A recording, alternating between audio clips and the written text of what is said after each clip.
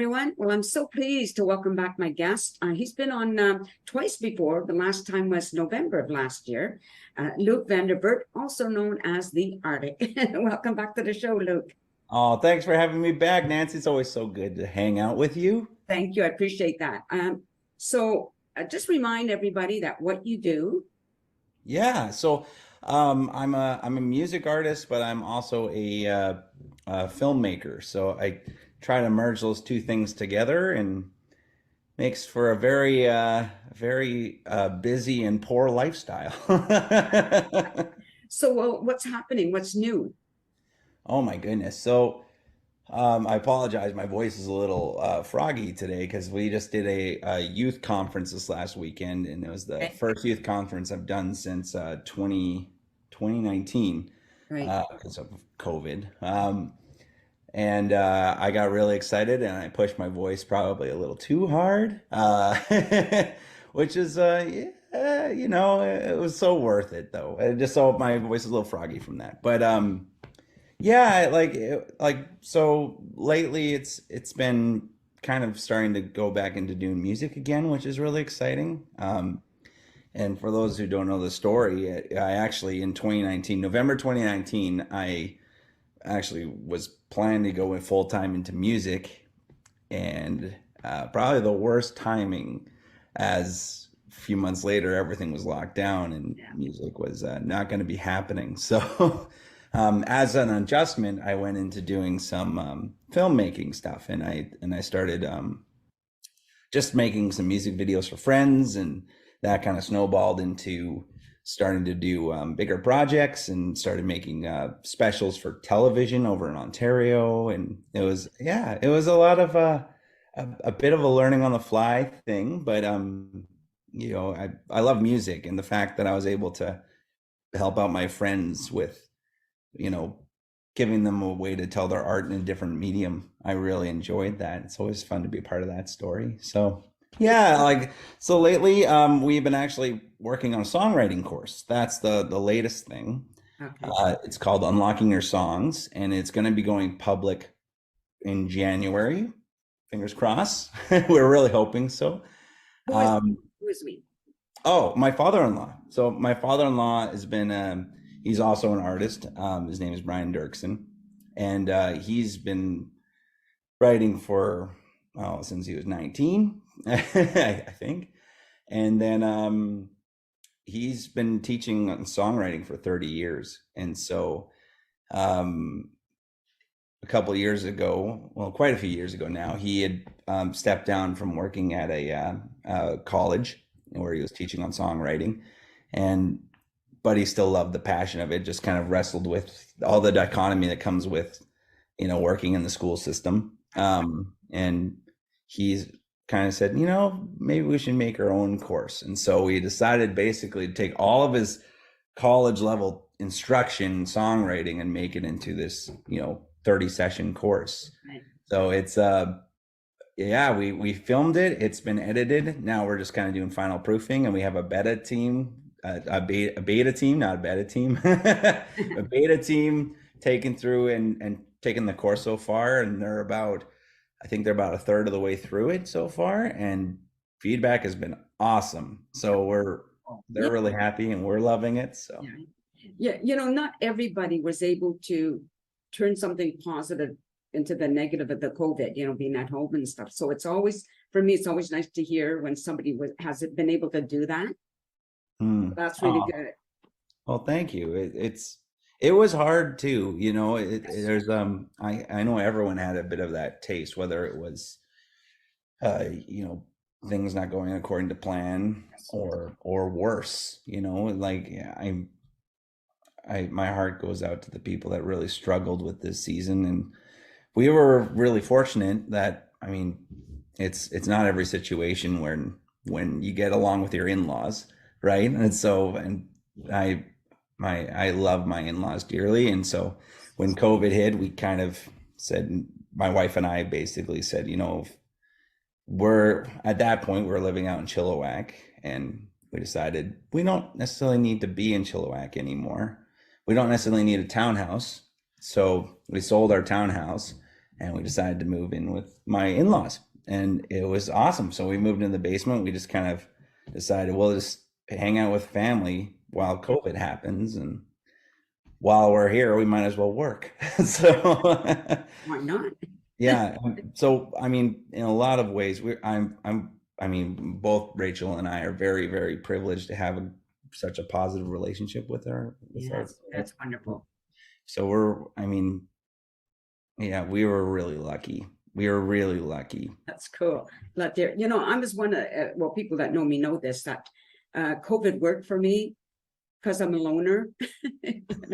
It's an introvert's dream. Yeah. Exactly. I mean, I can be on stage and on camera, all of those things I love, but socializing is something that's like punishment. So, but at the same time, it opened up a whole new world, a Zoom world, which is wonderful, right? I mean, for me, it is anyway. Yeah. But as a performer, like you are, I know because I've done comedy, that audience, that interaction with the audience is something that is special, and then you can't get that on Zoom, right? No, I can imagine you doing it in comedy. I can imagine, crowd work is a lot more difficult when it comes to a Zoom call. Hey, how are you doing? Specific square, Yeah. Yeah, I hear you. It's so nice doing live events now. Yeah. Partly because it was a pent up, um, pent up feeling you have of, especially with songs. And I imagine, with comedians probably experience this to a point too, where you're excited to share something. Yeah. Comedians is putting two and two together and having this hilarious outcome and laughing at ourselves as humanity as a total almost, or situations. And for musicians, it's like, I have this thing that is special to me and means a lot to me. Can this mean a lot to someone else? And you share it in a place of vulnerability and you hope it clicks, right? And so it's so refreshing to have that again, as so much of the time you're just doing it in your own circles, and that's as far as it gets. And you go, okay, they like it, but I don't know, will someone else like it? Would someone else be really blessed by it? Right? I guess music is a language all its own. For me, it doesn't matter what kind of music you perform. Music touches somebody somewhere inside, whether it's jazz or blues or hip hop or whatever it is. Music touches somebody. It will always touch, in my opinion, it will always touch somebody. Absolutely. I love that. Music is a language, it's like, especially if you get some musicians together, they communicate to each other with a musical language. There's things that are happening. There's a story unfolding, even if it's just jamming, right? There's something happening. You're connecting through something that isn't of word or of mouth, right? Yeah. So you're totally right. And that goes even to the listener, that is something I really have appreciated because of COVID, was you get a lot of alone time. Yes. And so I've really enjoyed it to find different artists and listen to different music that I normally probably wouldn't have listened to because I wouldn't have had the time to. It's a beautiful thing. I'm so glad you're a lover of music, Nancy. It makes me happy. Well, I grew up with the 60s music, and the good stuff. Yeah. Now I have tinnitus that ring in the ears, so I have music on all night long. And that's just like, yeah, and it doesn't really matter what kind of music it is. Well, I don't like music, I guess you call it, Right. It has to have a beat that, or maybe it's the bass, I don't know what it is, right? Something that resonates with you, right? Yeah. No, as an audience member, going to and listen to musicians, for me, I love not only the song they're performing, but I love the interaction they have with each other. Like, as you were saying, you're doing this special connection with whoever you're performing with, and audience members see that. So that's a different kind of connection. Like they connecting to the music, and they're also connecting to the way you perform with your fellow performers. Oh, that's actually really encouraging to hear, because it was there's a couple moments when when you're playing to a tough crowd. Yeah. This is where I feel really bad for for comedians because it's like your whole thing is based off conversation, right? Like it's like, and if you're not getting any, if it's a one-sided conversation, it's very difficult. With Yeah. music, it's kind of like you can be, it's a very vulnerable place because you can be sharing really, core parts of you. And if you're doing by yourself, it's like, I'm throwing this out there, but ultimately you can kind of retreat into your instrument a little bit, right? You can Yes, kind of of, course. Yeah. if you're lucky to have an instrument. Yeah. But when you're playing with people Mm. or like with other musicians, I found I can rely on them. So if there is a tough crowd or something I'm not getting a response with, I can just go like, well, maybe they're not having fun, but we can have fun. So let's just do this for ourselves at this point. And if they want to come along, great. Yeah. But if they're not interested or they're just something's not connecting and we've tried everything we can to connect, then let's just have a good time ourselves. Very. So it's really encouraging to hear that someone actually appreciates that because a lot of the time it's a safety, it's like a safety net. So I understand because I moved from comedy to improv. So there I was performing with other people, and it was the best thing ever. And we did that until COVID, it was the best thing. So, like exactly what you said, if the audience is not laughing, we are having a good time.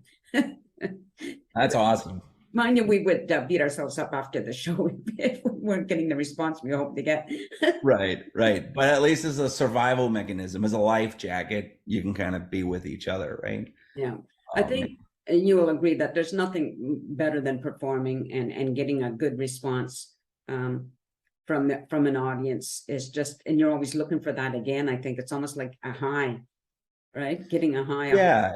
Well, it's I guess it's like it's a high, but it's in the sense of like I I guess it's for me, it's more like I got it right. Like, okay, this something fine, like something clicked. And I think that sometimes with us as artists think that it's like it's prerequisite. Like, oh, you're not, if you're not getting that every night, you're, you're totally unsuccessful. Yeah. And I think that can be bogged down, but it's just like you just hope something connects and clicks. And just trying to do that, it feels good. So in some ways, I guess it's a high in the sense of like, getting an A plus. Yeah, exactly. It's like I got an A plus. I'm a D student, and I got an A plus. Like so in that sense, it's a really encouraging thing. And I guess it's like, oh, how can I do this again, or how can I make sure this happens again the next night? And that's the thing is you can't really guarantee it unless you just happen to be one of these artists that are so famous that you go up there and play a certain chord and just that's it. Yeah. And then everyone just goes crazy because they're like, we just heard this person do this chord. Like It's kind of interesting, isn't it? Like I often think about that. Like what makes somebody so, like the Jan Arden performed in Chilliwack not that long ago, and it was a sold out show. This is at the Culture Center, and it's like, what makes Jan Arden so popular to so many people? And here's this other singer who's maybe the voice is just as good, but they're unknown. How did they become known, and how did they get their name out there so that more and more people are going to come and enjoy their music? And I mean, not everybody wants to be, well, I don't know. Well, I'm so glad you brought that up because I mean, I've been wondering that. I think every independent artist wonders that. It's because it's I mean, you can be as good, if not better, of a singer, right? Yes. You can be as good of a songwriter, if not better. But it's that thing of like right place, right time situation. That's such a huge part of it. Mm-hmm. But it's specifically in BC culture. Hopefully, I don't mean to tick off anyone, but BC culture specifically is horrible at supporting its independence and its originals. Right. There's this on a broad scale. There's Yeah. always exceptions, but there on a broad scale, I would say that is pretty consistent. And I think in conversations, we were actually looking at making a documentary addressing this issue, and I'm kind of glad we didn't because I feel like it would be very polarizing. But my understanding is from different kind of conversations we had, different artists that kind of say that because there's so much to do in BC, really have to make it worth the audience's while to come.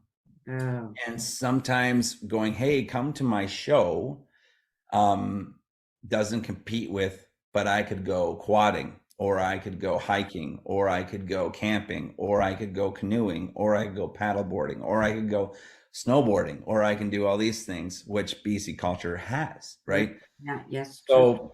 for the worthwhile element, it's got to be like, oh, XYZ. Oh, it's Matthew Good. Oh, it's something that if I don't go to that, I will miss out, right? Yes. And so it's that it's a little frustrating because the prairies are totally the opposite, and it's kind of like if you're doing something, you're gonna have a lot of strangers. I remember we did this. We did a show in Bonnyville, Alberta, and I can't believe it. Like we said, hey, I'm an artist. I'm coming. I was out there for the Gospel Music Awards, and I was like, and my cousin lives in Bonnyville. I'm visiting her. I'd love to do an event out in Bonnyville, and they're like, great, we would love that. So at that point, I had like just one EP. I think that was it, and went to this thing, and it was so well received, so well supported. Nice. A lot of people came, had wonderful conversations, and on the fiscal side, they paid us really well, and it was like, what the heck? Like it's like it was just like, and I kind of understand it was a B market, like no one really goes out to Bonnyville and things like that. But culturally, it just seems like there's a lot more support. Yes. Yeah. And then BC, I think it's a lot more difficult. So I don't blame people for that. I think it's just our circumstance, It's right? just say what it is. It is what it is. But I really love. I did this. There was a grassroots touring guy that did this. I forget his name, and he was talking about if you're going to do an event, especially in your hometown, how do you make it into something that people will be bummed out if they miss it. Right. And sometimes that's more than just doing, if you just say, hey, I'm playing at this bar, you might have some people come out, but chances are the majority won't. But if you change it to being like, hey, we're celebrating the drummer's birthday. Oh yeah. There's going to be a cake there, or there's going to be something. And then if they go like, oh, if I don't go to this, I will miss out. And I really appreciated that perspective. And so I think for moving on forward, I kind of want to make it a little bit more, well, and also just becomes inclusive, right? Like, I mean, you're going to have to, sorry, in November, I don't have the date yet. We're setting up a Chilliwack cupcake cake where I'm trying to get lots of people involved in baking cupcakes and handing them out for everybody, and so we're going to need a lot of work and a lot of people involved and whatever like that.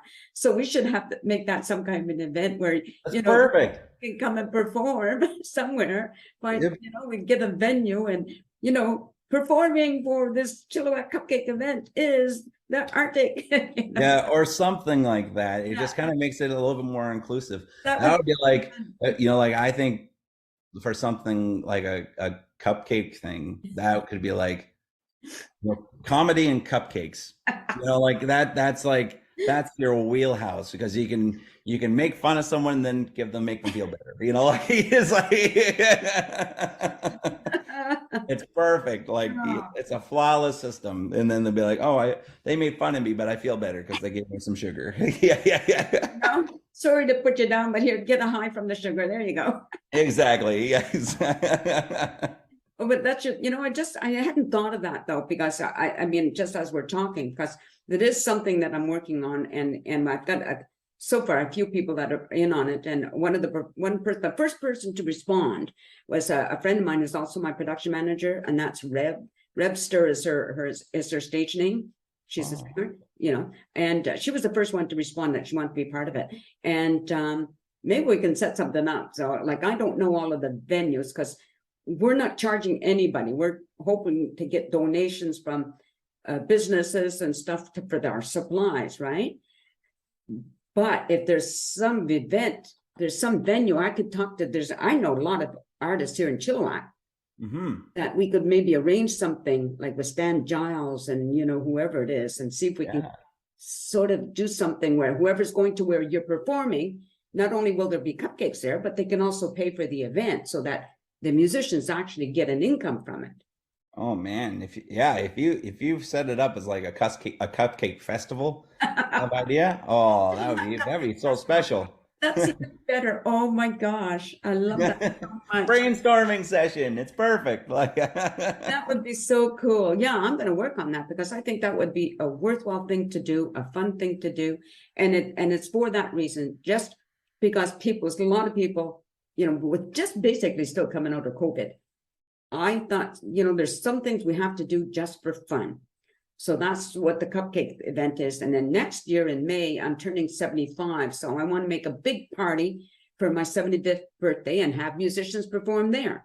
That's awesome. Yeah.